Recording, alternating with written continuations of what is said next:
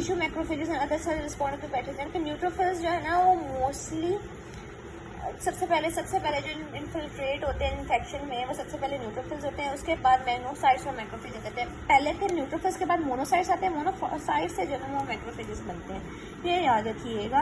अब आते हैं हम लोग phagocytosis and clearance of the offending agent. अब ये आ जाते हैं, ठीक।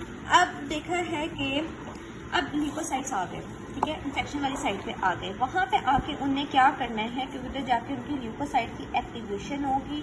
सबसे जो एक्टिवेशन होगी वो न्यूट्रोफिल्स और मोनोसाइट्स की होगी, मतलब न्यूट्रोफिल्स और मैक्रोफेजेस परफॉर्म कर रहे होते हैं फैगोसाइटोसिस का फंक्शन, ठीक। अब फैगोसाइटोसिस के फंक्शन की बात करते हैं। हमने पूरा टेबल पहले करना है, ठीक है। हमने देखा था कि कीमोट्रैक्टेंट्स आते हैं, वो जी प्रोटीन के साथ अटैच होते हैं। उसमें कीमोकाइंस है, फॉर्माइल मिथोनिन पेप्टाइड्स थे, लिपिड मीडिएटर्स थे, कीमोकाइंस थे, इसके साथ अटैच होते। साइटोस्केलेटन चेंजेस हो रही थी और उसकी वजह से हमने देखा था साइटोस्केलेटन चेंजेस में कीमोटैक्सिस हो रही होती है। कि क्या होता है, कीमोटैक्सिस होती है माइग्रेशन इनटू द टिश्यूज, और दूसरा इंटीग्रिन की जो है ना वो एक्टिविटी इंक्रीज होती है ताकि जितने सारे एडहेयर हो, एडहेयर के बाद ट्रांसमाइग्रेशन उनकी हो सके, ठीक है। माइक्रोब के साथ जो है ना लिपिड लिपोपोलीसैकेराइड फैक्टर भी होता है जो कि अटैच करता है CD14 रिसेप्टर के साथ। याद रखना CD14 रिसेप्टर जो कि टॉलराइड रिसेप्टर के साथ इसमें से एक पार्ट होता है, उसके साथ अटैच होता है CD14 LPS टॉलैक रिसेप्टर के साथ। और ये क्या करवाता है, ये एरिकिडोनिक एसिड मेटाबोलाइट्स की प्रोडक्शन करवाता है, साइटोकाइंस की प्रोडक्शन करवाता है, और ये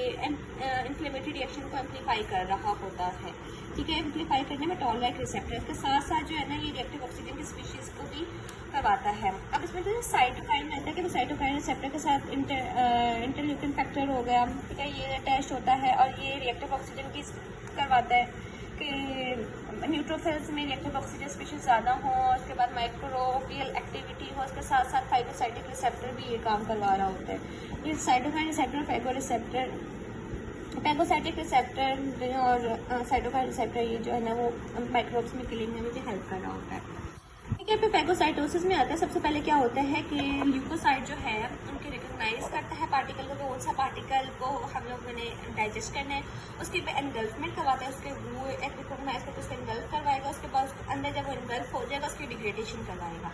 अब रिसेप्टर्स की बात करते हैं, फैगोसाइटिक रिसेप्टर्स की। उसमें 3 रिसेप्टर्स होते हैं, mannose receptors, scavenger receptor, receptors for various opsonins, ठीक है। ये ठीक है, ये उसमें लेक्चर वाले में भी गिवन है तो उसमें इंपॉर्टेंट है, ठीक है। अब मेनोस रिसेप्टर की बात करते हैं, ठीक है। सबसे पहले आता है मेनोस रिसेप्टर, एम रिसेप्टर आ गया, स्कैवेंजर रिसेप्टर और ऑप्सोनिन रिसेप्टर, MSO कर लो या मॉस कर लो। अब मेनोस रिसेप्टर उन रिसेप्टर्स, ठीक है, अब ये रिसेप्टर है जिसने जो है वो खाना है माइक्रोब्स वगैरह को। अब ये उन माइक्रोब्स को खाएगा, उन चीज़ों को खाएगा जिसमें, ठीक है, मेनोस रिसेप्टर लेक्टिन है जो कि mannose of fructose residues of glycoprotein और ग्लाइकोलिपिड, ठीक है। इसमें अब ग्लाइकोलिपिड और ग्लाइकोप्रोटीन है, इसमें जो है ना मेनोज और फ्रूकोज, ठीक है।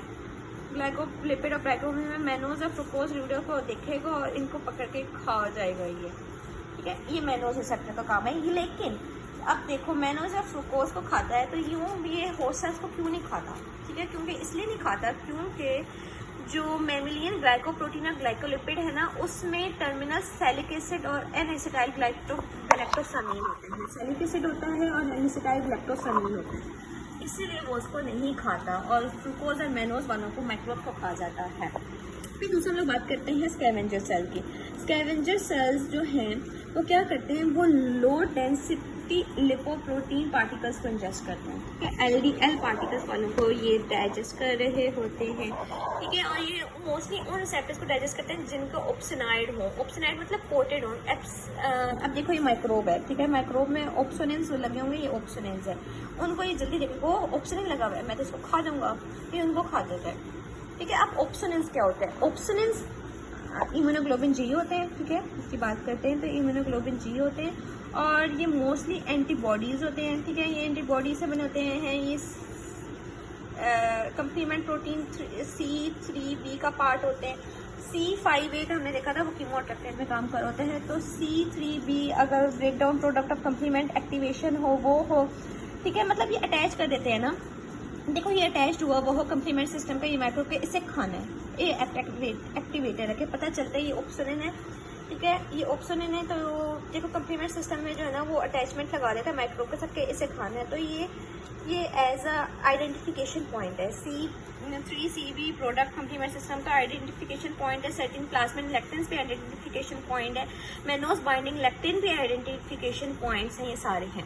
अब क्या होता है, अब उसके बाद हमारे पास जो है ना अभी रिकग्निशन हो गई हमारे पास, एक तो मेनोज हो गया, स्कैवेंजर और ऑक्सीडेंस वगैरह हो गए। फिर एनगल्फमेंट क्या होती है कि साइटोप्लाज्म से, ये याद रखना है, साइटोप्लाज्म से जो है वो एक्सटेंशन निकलती है जिसे हम लोग बोलते हैं सूडोपोर्स, और प्लाज्मा मेम्ब्रेन पिंच करता है और साइटोसोलिक वेजिकल बनाता है फैगोसोम, जो पार्टिकल को क्लोज कर रही होती है। जो फैगोसोम है फिर वो लाइसोसोम के साथ मिलती हैं और बनाती हैं फैगोलाइसोसोम।